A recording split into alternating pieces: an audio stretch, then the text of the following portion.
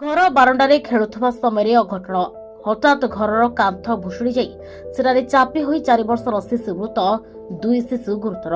नवरंगपुर जिला अमरकोट थाना अंतर्गत कामाबंध ग्राम गतकाली अपराह 5 घंटा समय कमाबंध ग्राम प्रहलाद भद्रांक घर बारंडारे 3 जण शिशु खेलुवा समय हठात पिलांक उपरे घरर माटी कांथ पड़जा पर पिलांक कांद बोबाली शुणी उपस्थित परिवार लोके घटनास्थल पहुंची उद्धार करथिले एवं आम्बुलांस को जोगाजोग करथिले। आम्बुलांस आसबार विलंब हेबारु परिवार लोके समस्त आहत शिशु निज उमरकोट उपखंड स्वास्थ्य केन्द्र को आनी सेठारे डाक्तर जड़े 4 वर्षर शिशु को मृत बोली घोषणा करथिले एवं अन्य 2 जण शिशु स्वास्थ्य केन्द्र में चिकित्सित होउछन्ति। याकु ने उमरकोट थाना रे अभियोग होइछि। मो ना होछि रघुनाथ गौड़। आम गाँव रे 3 जण झील खेलुतिले कांत बुसुड़ी छापी जाइतिले तांके गाँ लोक नथिले केते जण लेडीज थिले तांके उद्धार करी उमरकोट मेडिकल आणले।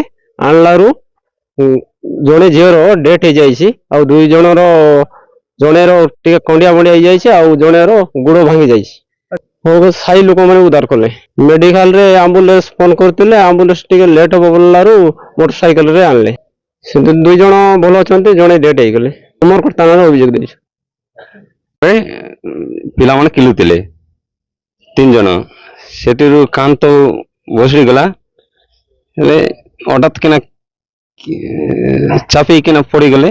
गोटे डेट होइछि आउ 2टा भल अछन्ती। 3 जण जाक उमरकोट आनछु मेडिकल रे आनछु तेले कांत पटर चापी के रही गले। सेतकी बेले कांदला परे गाँ से लेडीज लोग गोटे 2टा थिले जाइके उद्धार करले।